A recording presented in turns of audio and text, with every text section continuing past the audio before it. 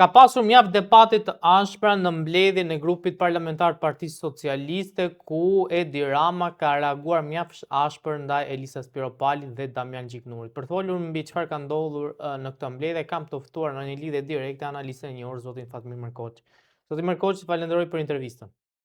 Faleminderit edhe juve. Zoti Merkoçi, si e patë debatin që ndodhi brenda grupit Partisë Socialiste, ku në disa raste zoti Rama është treguar mjaft i ashpër me Elisa Spiropalin dhe Damian Gjiknurin, ku Spiropalit i është drejtuar me fjalët kërcënuese që s'ke për të folur asnjëherë dhe do të detyrojmë të nxjerr jashtë, ndërsa me Gjiknurin ka thënë hiqe telefonin se ti je mësuar që të përgjosh bisedat. Ajo që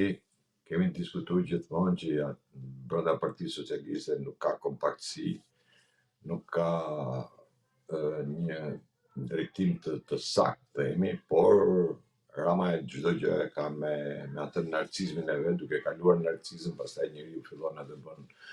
veprime edhe të pakontrolluara, qoftë edhe në ambiente publike apo edhe në ambiente të mbyllura, siç ishte grupi i parlamentar i Partisë Socialiste. Nuk të është mësuar Rama ta bëj me këtë lloj diktati, pa ta thënë që në grupin e Partisë Socialiste ka shumë aktorë të tjerë të cilët janë kundër Ramës, është ai grupi i Fatmir Xhapës apo i Belies, që këtu hyn edhe Spiropali e të tjerë.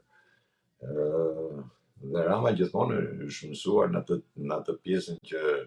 unë flas, unë komandoj dhe ju vetëm duar trokisni dhe aprovoni atë çfarë unë them. Nuk është mësuar, domethënë,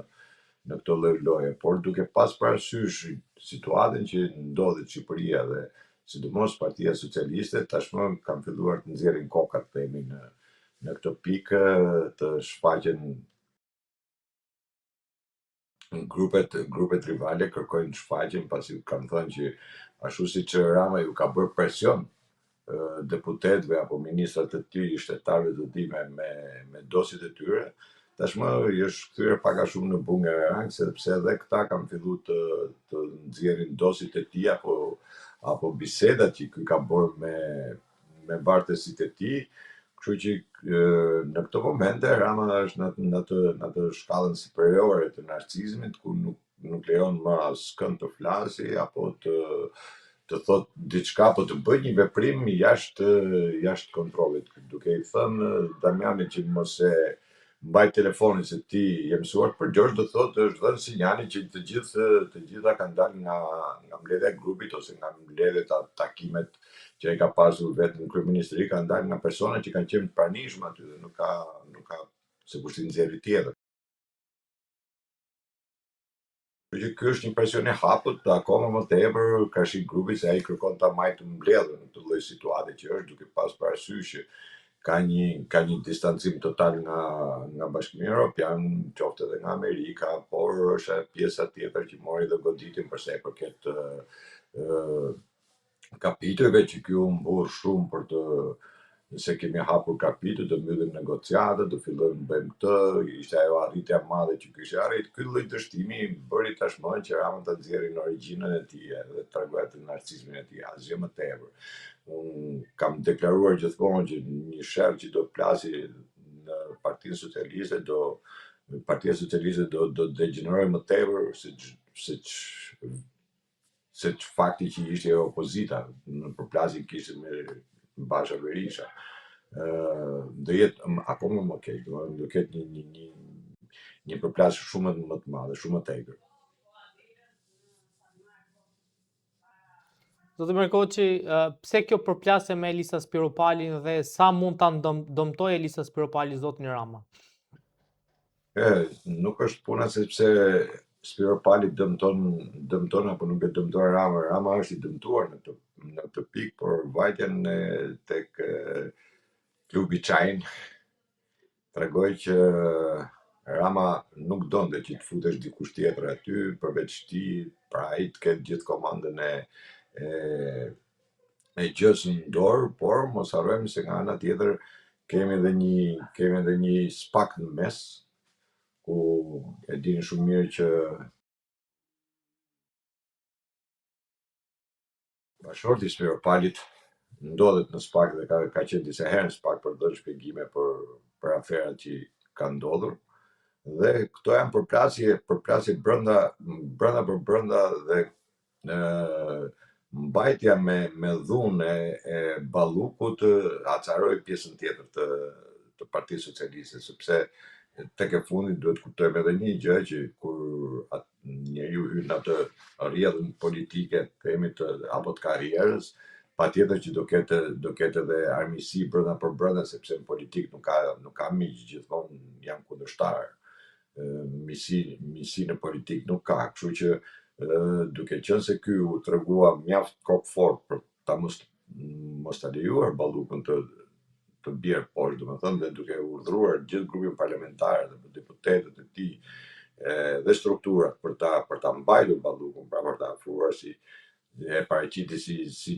një shkelje që po bën ligj kashi Partisë Socialiste apo vetë Ramës, atëherë këtu fillojnë ato rënjet e karrierës. Mos harroni se Spiropali u shkarkua nga ministri i jashtëm, gjë që e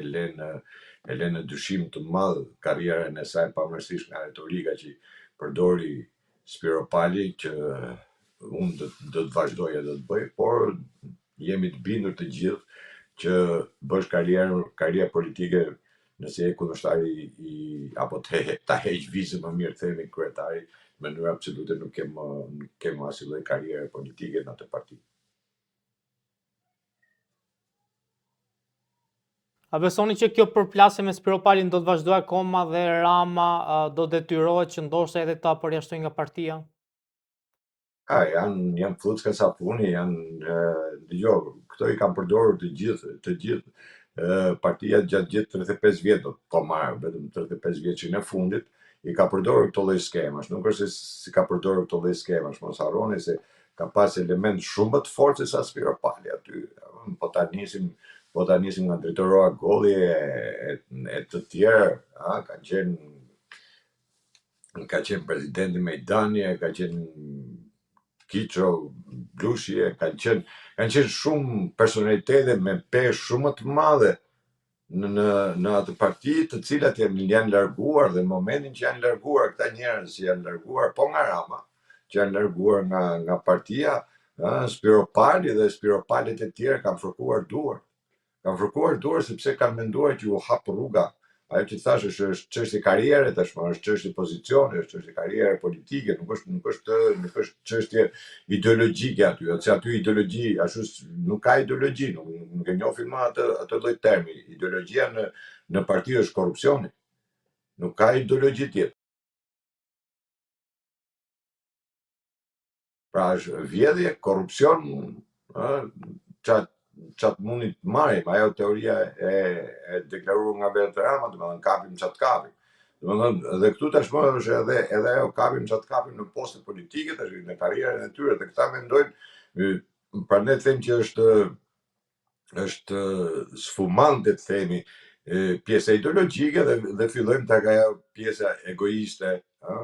ajo cicmincët që bën njëri me tjetrin. Po tash për shembull Xhafa është më duke qenë më i vjetër, është më i përmbajtur, nuk del hapur, nuk del, krijon ato distancet e tjera, ndërsa këto nuk duke qenë kështu edhe moshë adoleshente themi, pavarësisht nga mosha se është 30 vjeç Elisa apo 30 sa vjeç, po prapë është adoleshente, se ka fillu karrierën shumë herët, dhe kjo lloj karriere e filluar herët i fut në delir këta, në njerëz që këta janë këta dhe s'ka më njëri tjetër, e kupton, dhe në momentin kur partia heq atë pjesën që është vërtet vitale e partisë, këta fërkojnë duart, kënaqen që hikin, kënaqen që bëhen, dhe sepse mendojnë gjithmonë vetëm për karrierën e tyre, se do të më hap perspektiva që unë t'jem. Pra, heqjen e Ballukut, nuk është se kërkonte heqjen e Ballukut për të mbrojtur sorratin e partisë, themi. Ajo heqjen e Ballukut, Elisa Spiropali e përjeton si një pozicion që ajo duhet jetë tashmë, duhet jetë ajo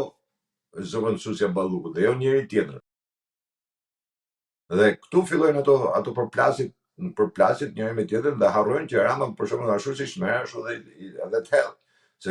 ka ndodhur në atë parti me njerëz me njerëz shumë të fuqishëm se sa Spiro Pali, Spiro Pali nesër me heqe as do me ditë fare për të. Nuk është Spiro Pali një peshë më madhe, domethënë se tek e funit të gjithë karrierën edhe pasurinë e Spiro Palit, ju e mani mend kur ka Spiro Pali në fillim nga plerat e Sharrës, edhe vjen edhe bëhet drejtori çdo gane ku u përfol për 5 milion euro e asaj periudhe, pastaj fillojmë të gjithë karrierën e saj pa absolutisht asnjë lloj vlerë, flasim individuali, cop kalama, do bë deri ministri i jashtëm, që turpi ishte për Shqipërinë që aty ishte ministri i jashtëm. Por Rama e caktoi për interesat e tij, për afirmitetin që krijon, sepse Rama ka dhe një gjë, Rama nuk mban miq, Rama nuk ka shok, Rama është i vetmi person që nuk ka shok, nuk ka miq. Rama sot ka, nesër s'ka të. Dhe kjo ndodhi dhe me Spiro Pali, nuk është një çuditë e madhe për të pastruar partinë dhe për të sjellë ato elementet e krimit pastaj të jenë akoma më shumë prezent në atë parti, se ai mendon për jetëgjatësinë e tij në politikë, nuk mendon për Spiro Palin. Po këtë përplasje me Gjiknurin, domethënë si e kupton këtë, pse duhet të reagojnë në atë mënyrë ndaj Gjiknurit të lidhur me po themi telefonin? Mos ndoshta ka ndonjë rast që Rama e din lidhur me këtë që i kanë dalë bisedat ndoshta nga Gjiknuri ose dhe jo nga Gjiknuri, por që ruhet? Patjetër është Gjiknuri, mos harroni se Gjiknuri është pjesa e tavolinës negociatore me opozitën apo te Partinë Demokratike. Kështu që patjetër që bisedat është për ndarjen e territorëve, ke Komisioni Ndarje Territoriale MT, thash, pra Gjiknuri është i gjithëkunshëm në Partinë Socialiste, ka qenë më i besuari apo është themi më i besuari e Ramës në këtë pikë, pavarësisht se është nuk trumpetohet shumë nga media, po ta shohësh Gjiknuri është më i besuar në Rama. Dhe në takimin kur ka pas me Lul Bashën, Gjiknuri ka qenë prezent. Ert Bylyk Bashi ka qenë nga ana PD-s, Gjiknuri ka qenë nga ana e PS-s, kështu që patjetër që Gjiknuri, prandaj thash që këta ruhen për bisedat që individuale, tavoline apo bisedat që bëhen fluide, themi, që bëhen me opozitën, dhe këto lloj biseda që bëhen dalin nëpër media, dhe një nga personat që është më i afërt i Gjiknurit tek Partia Socialiste e di shumë mirë, i Ramës është Gjiknuri, dhe ai duke goditur Gjiknurin i jep një sinjal të gjithë deputetëve që janë aty, të gjithë personave, qoftë ministra, deputet, çfarë ndodhen në sallë, domethënë që unë kur godas ose kur i kërkoj rregull këtij që kam njeriu më të afër, ju tjerët patjetër që duhet jeni në këtë lloj trysnie, sepse në një moment që unë do ta marr arrit të dyshoj të dikush, jo ta marrë, po të dyshoj të dikush, automatikisht i shkarkuar, i hequr. Kështu që Gjiknurin e përdori për të dërguar sinjal tek deputetët e tjerë, jo se e kishte direkt me Gjiknurin. Zoti Mërkoç, që ndërkohë ka pasur duket një vetëshpallje të kandidaturës për kryetarbashkie nga Erion Braçi. Si e shikoni këtë lëvizje të zotit Braçi? Këta janë ato fluckat e sapunit që dalin brenda partisë. Erion Braçi kërkon të luajë rolin e opozitës. Pra të themi që Partia Socialiste po bën edhe opozitën, sepse brenda saj ka dhe njerëz të cilët na interesohen për rrugët, për trotuaret, për çmimin e naftës, për këtë mos harroni, Erion Braçi ka qenë zëvendës kryeministër, është njeriu që ka firmos për inceneratorin e Tiranës. Kështu që Erion Braçi ka mbysur shumë gjëra, pavarësisht se hiqet sikur është ai opozitar, ai lepuri që shkon gjithanej. Por Erion Braçi nuk është pesh e madhe të themi në politik, pavarësisht se gjithmonë ka luajtur atë rolin e njeriu që bërtet, ulëret, zihet me të gjithë, bën me të gjithë. për të tërheq vëmendjen, por kjo nuk është absolutisht Rama e ka caktuar, Partia Socialiste e ka caktuar kandidatin e saj dhe nuk mundet të dali Erion Braçi të dali kundër partisë. Këto janë ca lëvizje, domethënë goditje për të treguar që jam edhe unë këtu i vlej dhe unë jam i vlefshëm për partinë, unë sakrifikoj për partinë, këta kanë gjithë sakrifikojnë gjithë për partinë, këta nuk është një lojë, ndoshta edhe një marrëveshje ndërmjet Ramës edhe këtij, për vetëm në arsye për të hequr pak vëmendjen nga gjithë situatat që ndodhet personalisht e Rama, jo vetëm Partia Socialiste, jo vetëm Shqipëria, po edhe personalisht e Rama, për të hequr pak vëmendjen edhe tashmë merremi me Braçën, mos merremi më me Ballukun apo me balluket e tjerë, të cilat po shkojnë për ditë në SPAK edhe duhet japin hesape, mos merremi më me gjyqjet që ka Erion Belia, mos merremi me rjollin, mos merremi me këto, po me portin e Durrësit, sepse Erion Braçi nuk e kom një gjuhë ndonjëherë Erion Braçi me fol për portin e Durrësit. Dhe ky njeri tani del hedh një çash që edhe unë jam kandidat i pavarur dhe idhem kandidat i pavarur i Përbashkimit të Tiranës. Çka do të thotë që në momentin që Erion Braçi hedh kandidaturën për kryetar të Bashkisë të Tiranës, duhet dini mjaft mirë që Erion Braçi nga një moment des politikisht. Për të vetëm arsye sepse le mandatin e deputetit, kuptohet që Tirana nuk e merr dot, kështu që automatikisht është i vdekur politikisht, kështu që nuk është në një lëvizje më. Kjo duket tash qarë që është një lëvizje e shtirë, vetëm për të hequr vëmendjen nga shumë veprimet të cilat po bëhen dhe pozicionin mjaft vështirë që Rama e ka, thash, si në arenën ndërkombëtare, por edhe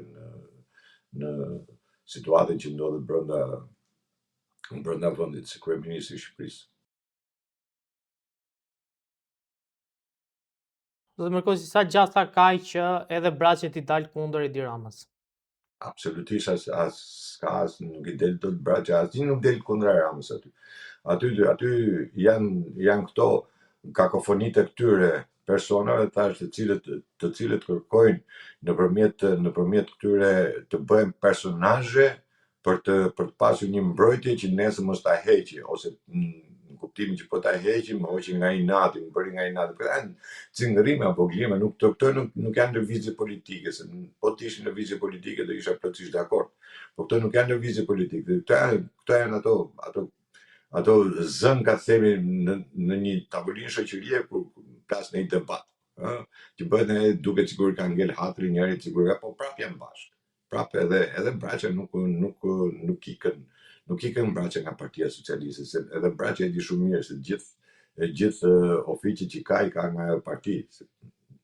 Flasim më realisht, se Braçi u bë kaq vjet që është deputet, edhe deputet e ka bëj ajo Partia Socialiste, nuk ka bërë njëri tjetër. Kështu që Braçi e di mjaft mirë që nga ika e Partisë Socialiste, Braçi ngjelet askushi. Kështu që nuk besoj se është reale. Dhe lëvizja që po bën nuk është një lëvizje politike. Nuk është një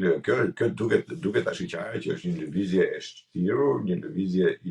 që i shkon për shtat. Tash Ramës, për të vetëm arsye për të hequr vëmendjen nga shumë halle apo afera që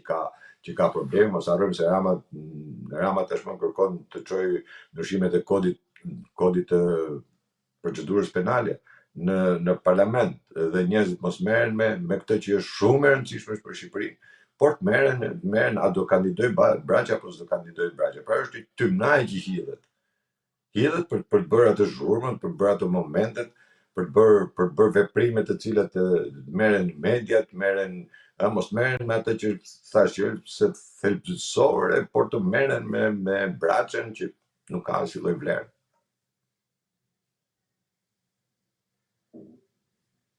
Zoti Merkoçi, faleminderit shumë për intervistën, ishte kënaqësi. Faleminderit dhe juve.